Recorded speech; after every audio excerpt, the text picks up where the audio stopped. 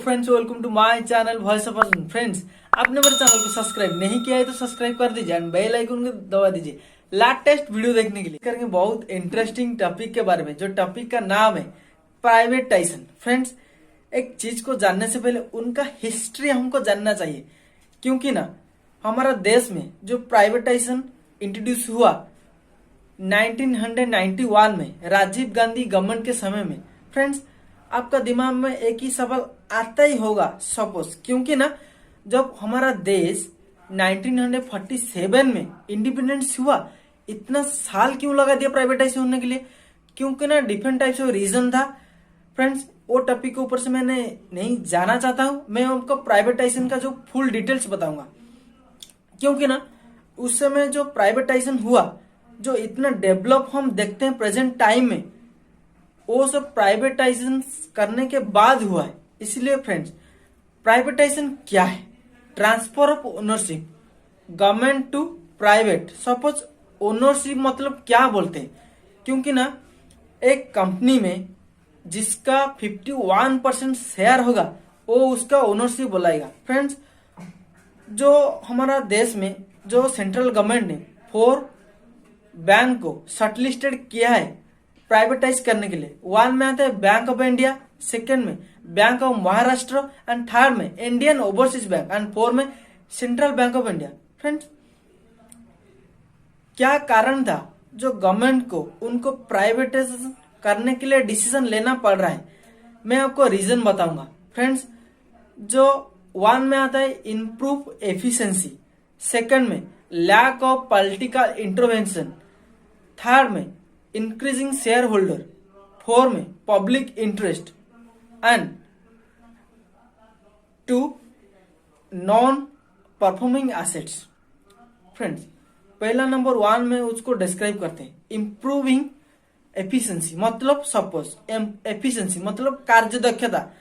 तुम जब government bank में देखोगे, वहां का जो एम्प्लॉय है अच्छे से बिहेव नहीं कर रहे, अच्छे से जो परफॉर्मेंस है, क्योंकि ना अच्छे से उनको फुलफिल नहीं कर रहे, क्योंकि गवर्नमेंट चाहता है कि जो सेपरेट बॉडी है उनको शेयर दे दे के उनका जो इम्प्रूव ऑफ एफिशिएंसी ग्रो करना चाहता है। सेकंड में लैक ऑफ पॉलिटिकल इंटरवेंशन, मतलब हमारा देश में एक डेमोक्रेसी कंट्री है। हमारा देश में डिफरेंट टाइप्स ऑफ 5 ईयर में different types of government change होता है। उन जो सब गवर्नमेंट का एक इंडिविजुअल पॉलिसी होता है। इसलिए क्या है, जो हमारा प्राइवेट और मतलब पब्लिक सेक्टर बैंक है उससे बहुत अफेक्टेड है। इसलिए गवर्नमेंट चाहता है उनको प्राइवेटाइज कर दे।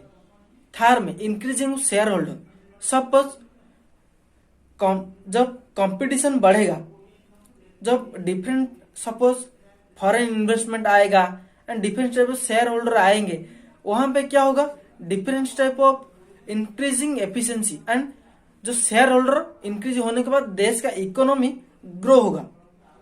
एंड जो 4 में पब्लिक इंटरेस्ट, मतलब क्योंकि ना गवर्नमेंट बैंक से इन्वेस्ट करने के लिए जो पब्लिक, जो इंडिविजुअल पब्लिक नहीं चाहते, क्योंकि ना देखते हैं जब उनका शेयर मार्केट में स्टडी करते हैं, तुम हर रोज देखोगे पब्लिक सेक्टर बैंक का जो निफ्टी 50 और सेंसेक्स अच्छे से नहीं परफॉर्म कर रहा है। इसलिए गवर्नमेंट चाहता है कि पब्लिक, इंडिविजुअल पब्लिक पैसा भी इन्वेस्ट करे। फ्रेंड्स, 5 में नॉन परफॉर्मिंग एसेट्स, मतलब क्या है? एनपीए, मतलब जब हम एक लोन बैंक से ले आते हैं, हम उसको भी थोड़ा सा इंटरेस्ट देते हैं। सब तुम्हारा एक दिमाग में एक ही सवाल आता है, क्योंकि ना जब बैंक पैसा कहां से लाता है? क्योंकि ना हमारा देश में जो आरबीआई है, जो हर बैंक को रेगुलेट करता है, जो रिजर्व बैंक ऑफ इंडिया, वो उसको मनी देता है। जो पब्लिक सेक्टर बैंक उसको नहीं पे कर पाता है, उनको हम बोलते हैं non performing assets.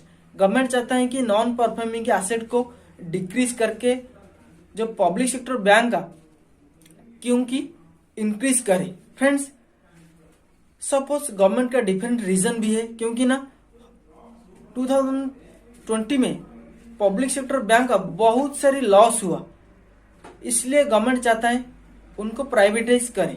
And different समय में government private public sector bank में पैसा इम्पोज भी करता है, उसके बाद भी वो अच्छा सा बाउंस बैक नहीं कर पाते। फ्रेंड्स, तुम जब प्राइवेट बैंक को देखोगे अच्छा सा परफॉर्म कर रहे हैं, क्यों?